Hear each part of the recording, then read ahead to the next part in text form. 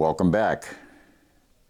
Well, in the last exciting video, you saw me glue this barreled action into the stock of this M1A. So you're probably wondering, how am I going to get it out? Well, I'll show you. It's actually quite simple. And there's actually a pretty good advantage to the construction of this M1A. So we'll step over the bench and I'll show you how to take this apart and get it back in working order. Before we take it apart, let's take a look at what's inside. You can see clearly the dowel that I installed over here. That was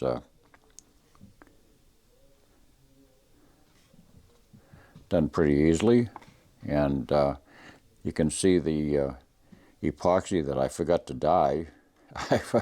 I forgot to put the dye in it so that it would stain it brown, but that's all right. It helps illustrate it a little bit better for you so you can see clearly what's going on.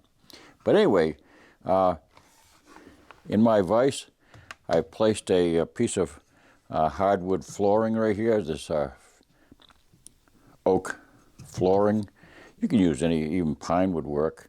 But what we're going to do is, the nice thing about this particular action is that I can exert pressure directly on this receiver to pop it up. Remember, I can't move it from this end because this end is captured by the gas system and this barrel band.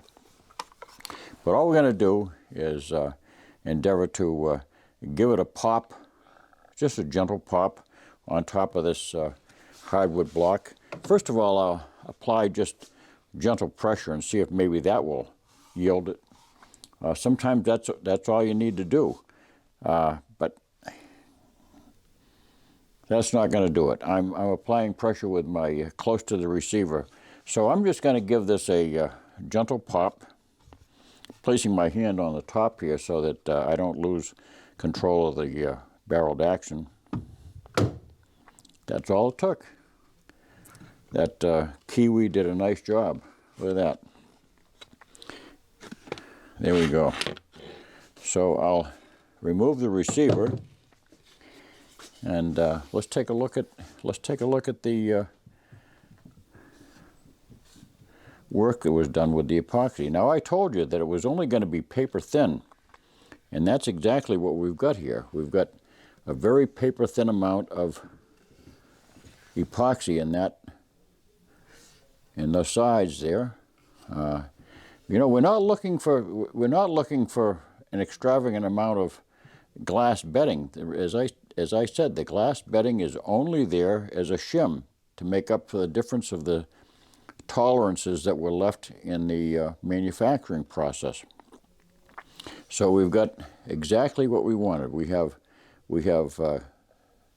epoxy that has gathered in here, and just exactly in the right amount, and on the other side as well. And it looks as if none has gotten into this area here where we're concerned about that pin, the cross pin that retains the spring. So let's see if we can clean up the receiver now.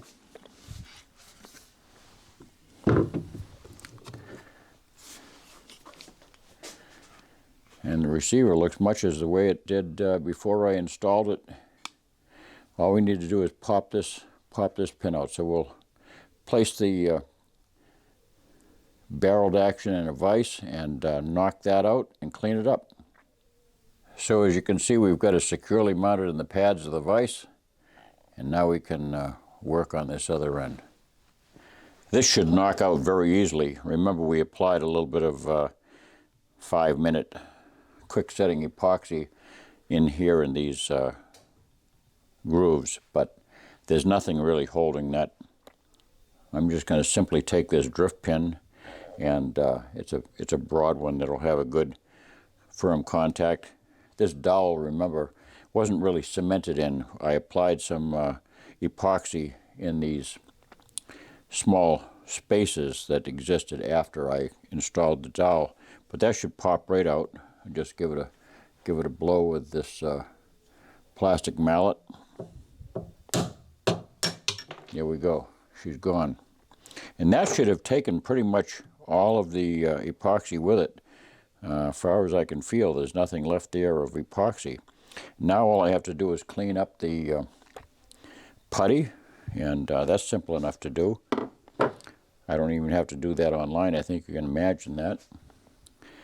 You just simply take a drift pin and grab that putty out.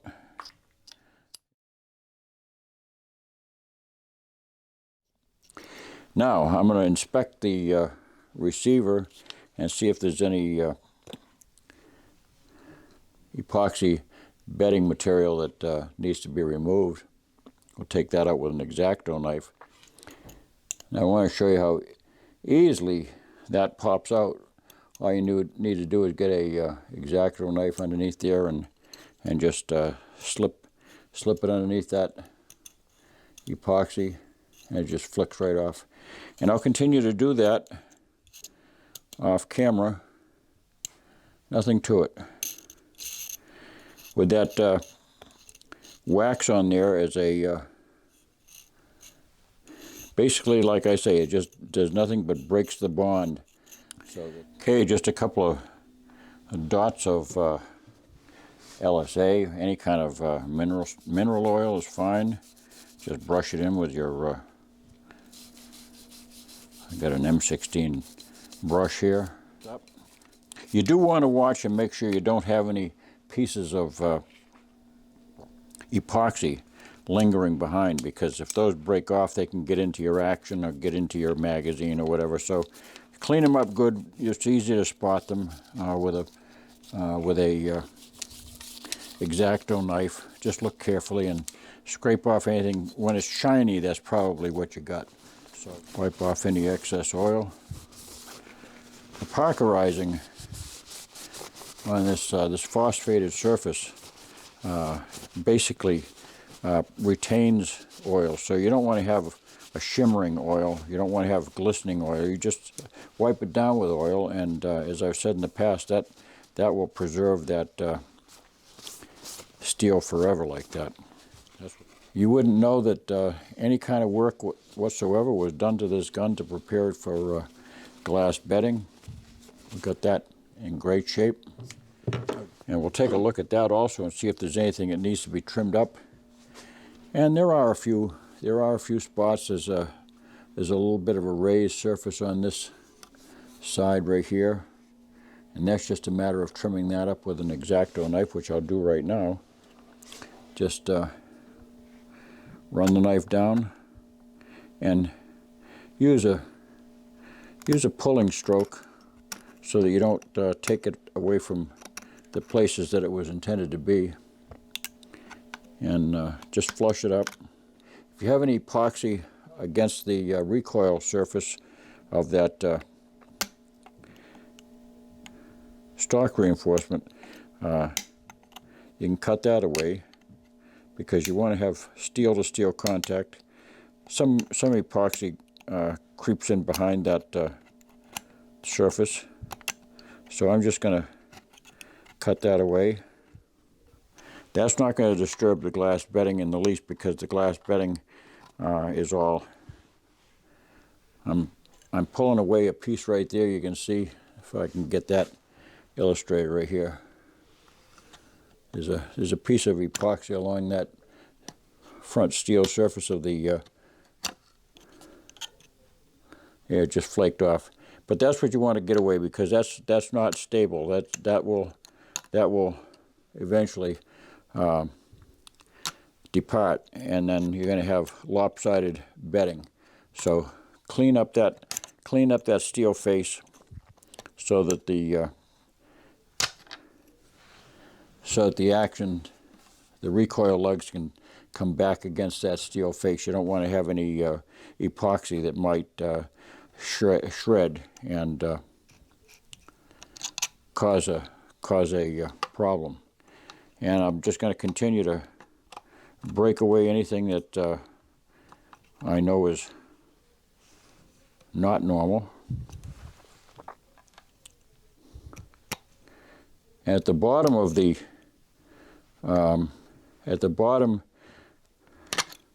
U of that stock reinforcement, all that epoxy that's in there is not even, it's not supportive of any kind. So if that's pulled away, that's fine. There's no reason to have that there. That's not supportive. So we'll just chip away at that. Get all the extraneous pieces of. You can see there's one right there. We'll pull that away and cut it away. We don't want to have any interference with the mechanism of the rifle. And just trim it up. I was trying to calculate approximately how long this would have taken in real time if I wasn't explaining the process. I would say that the actual work time on it was less than 45 minutes, and that would have been having coffee breaks in between. It's a very easy job. There's nothing to this at all. It's a very simple process. It has unfortunately, evolved into a very complex process according to some people, but it need not be. As I've said now 3 or 4 times, all we're doing is simply replacing that which was lost during the manufacturing process when tolerances were granted to the gun so that they could simply get it out the door. That's all. It's not something that that's very difficult. We don't have to remove any steel. We don't have to remove any wood. There's nothing that needs to be removed except for just a little bit of. There we go. So we're ready to put that back together, and I'll give that a brushing out to make sure that there are no fragments in there, and it'll be terrific. I think that this is going to shoot so much better than it did before. It actually shot very well before. 2 M1A on a breezy day is not bad. That's not bad for any combat rifle. And this is a standard weight barrel. This is not a heavy match barrel. I'm kind of, I'm contrarian when it comes to that stuff. My experience with light barrels has been much different than what is generally published. My experience with even amongst match shooters, I'll take my light barreled rifles against a lot of these heavy barrels any day. They'll stand on their own. They may not have the ultra precision, but when you're talking about a rifle like this, you can easily expect these guns to be shooting superbly. So that's it. Put the gun back together and we'll have another look. Okay, I'm just taking some alcohol and cleaning off any of the excess wax that I put on there. Just don't smoke while you're doing this. Alcohol is a very, very volatile fuel, and it'll burn invisibly. If you look inside there, look at that. That bedding is absolutely picture perfect. There's no heavy amount of glass bedding in there. You can see where it's transparent. It's so thin, but that's what we wanted. And let's check it out and see how that actually fits to the barreled action now. Now I like to use a pair of hemostats for handling small pins like this, and we'll return that coupling pin, roll pin in place, and here we go. If you don't have a pair of these it's a nice thing to get. You can order these online. I've got several of these that I've collected over the years. From. It's not going to drop in anymore. This is going to go in very firmly, just like that. And that's nice.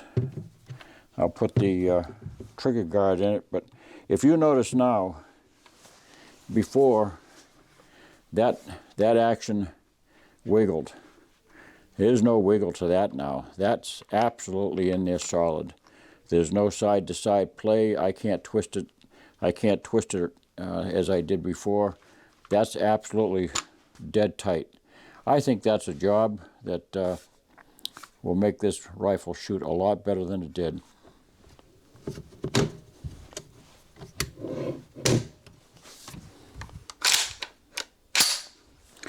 Make sure it's all parts are functioning. Well, that cleaned up nicely. You know,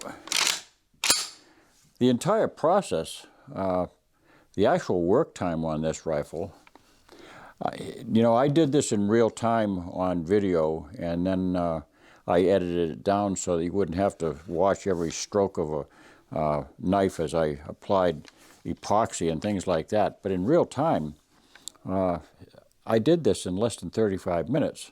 So the actual work time. And I was taking my time showing you how to do it.